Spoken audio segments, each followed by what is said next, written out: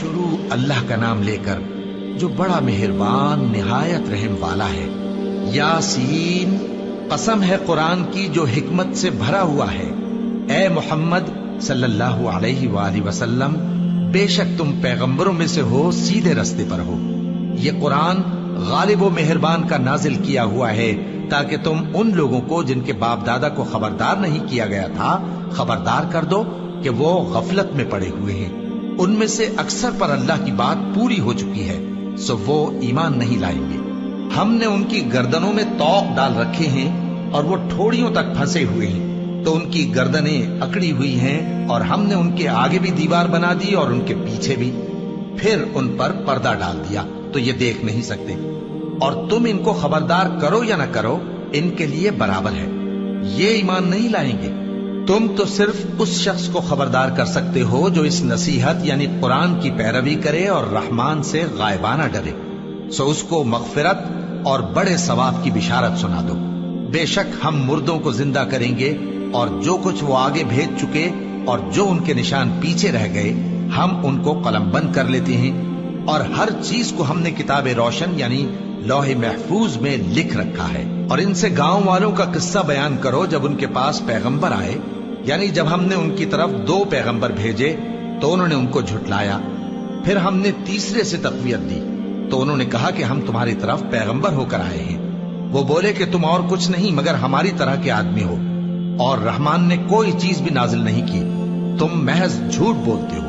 انہوں نے کہا کہ ہمارا پروردگار جانتا ہے کہ ہم تمہاری طرف پیغام دے کر بھیجے گئے ہیں، اور ہمارے ذمے تو صاف صاف پیغام پہنچا دینا ہے اور بس۔ وہ بولے کہ ہم تم کو اپنے لیے منحوس سمجھتے ہیں، اگر تم باز نہ آؤ گے تو ہم تمہیں سنسار کر دیں گے اور تم کو ہم سے دکھ دینے والا عذاب پہنچے گا۔ انہوں نے کہا کہ تمہاری نحوست تمہارے ساتھ ہے، کیا اس لیے کہ تم کو نصیحت کی گئی؟ نہیں، بلکہ تم ایسے لوگ ہو جو حد سے تجاوز کر گئے ہو۔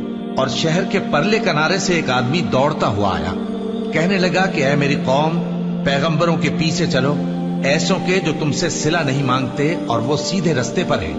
اور میں کیوں اس ذات کی پرستش نہ کروں جس نے مجھے پیدا کیا اور اسی کی طرف تم کو لوٹ کر جانا ہے؟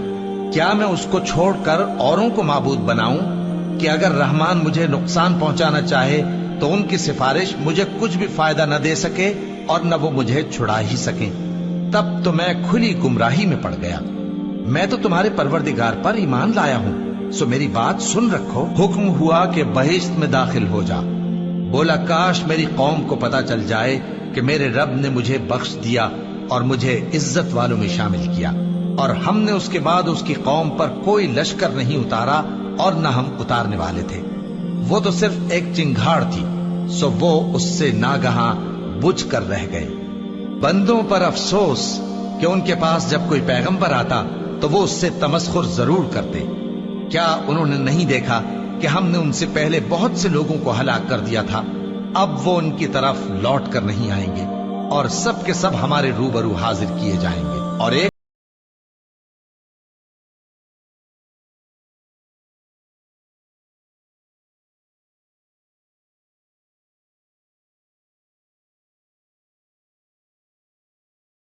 ان باغوں کے پھل کھائیں، اور ان کے ہاتھوں نے تو ان کو نہیں بنایا، تو پھر کیا یہ شکر نہیں کرتے؟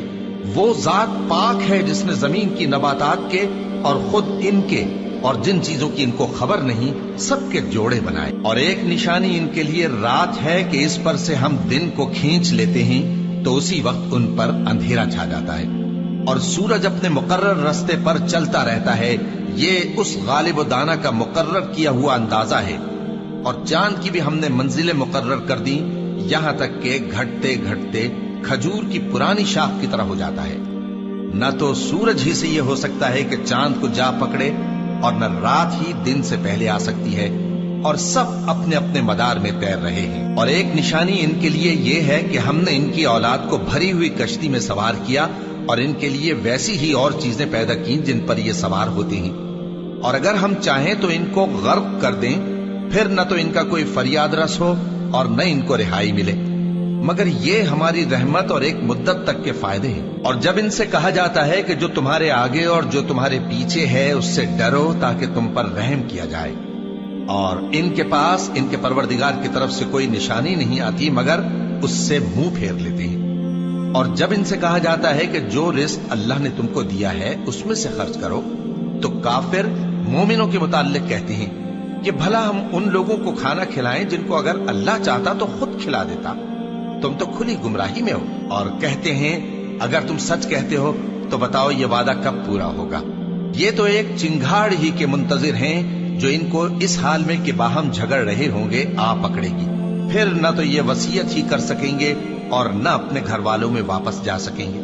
اور جس وقت سور پھونکا جائے گا یہ قبروں سے نکل کر اپنے پروردگار کی طرف دوڑ پڑیں گے، کہیں گے ہائے بربادی، ہمیں ہماری خوابگاہوں سے کس نے جگہ اٹھایا۔ یہ وہی تو ہے جس کا رحمان نے وعدہ کیا تھا اور پیغمبروں نے سچ کہا تھا۔ وہ تو صرف ایک زور کی آواز ہوگی کہ سب کے سب ہمارے روبرو آ حاضر ہوں گے، پھر اس روز کسی شخص پر کچھ بھی ظلم نہیں کیا جائے گا اور تم کو بدلہ ویسا ہی ملے گا جیسے تم کام کرتے تھے۔ اہل جنت اس روز عیش و نشاط کے مشغلے میں خوش ہوں گے، وہ بھی اور ان کی بیویاں بھی سایوں میں تختوں پر تکیے لگائے بیٹھے ہوں گے، وہاں ان کے لیے میوے ہوں گے اور جو وہ منگوائیں گے ان کو ملے گا۔ ان کو پروردگار مہربان کی طرف سے سلام کہا جائے گا اور وہ فرمائے گا کہ گناہ گارو تم آج الگ ہو جاؤ۔ اے آدم کی اولاد، کیا میں نے تم سے کہہ نہیں دیا تھا کہ شیطان کو نہ پوجنا، وہ تمہارا کھلا دشمن ہے، اور یہ کہ میری ہی عبادت کرنا یہی سیدھا رستہ ہے، اور اس نے تم میں سے بہت سی خلقت کو گمراہ کر دیا تھا، تو کیا تم سمجھتے نہیں تھے؟ یہی وہ جہنم ہے جس کے تمہیں دھمکی دی جاتی تھی، جو تم کفر کرتے رہے ہو اس کے بدلے آج اس میں داخل ہو جاؤ۔ آج ہم ان کے منہوں پر مہر لگا دیں گے اور جو کچھ یہ کرتے رہے تھے ان کے ہاتھ ہم سے بیان کر دیں گے اور ان کے پاؤں اس کی گواہی دیں گے، اور اگر ہم چاہیں تو ان کی آنکھوں کو مٹا کر اندھا کر دیں، پھر یہ رستے کو دوڑیں تو کہاں سے دیکھ سکیں گے؟ اور اگر ہم چاہیں تو ان کی جگہ پر ان کی صورتیں بدل دیں، پھر وہاں سے وہ نہ آگے جا سکیں اور نہ پیچھے لوٹ سکیں۔ اور جس کو ہم بڑی عمر دیتے ہیں تو اسے تخلیق میں اوندھا دیتے ہیں، یعنی اسے بچپن کی کمزوری والی حالت کی طرف لوٹا دیتے ہیں۔ تو کیا یہ سمجھتے نہیں؟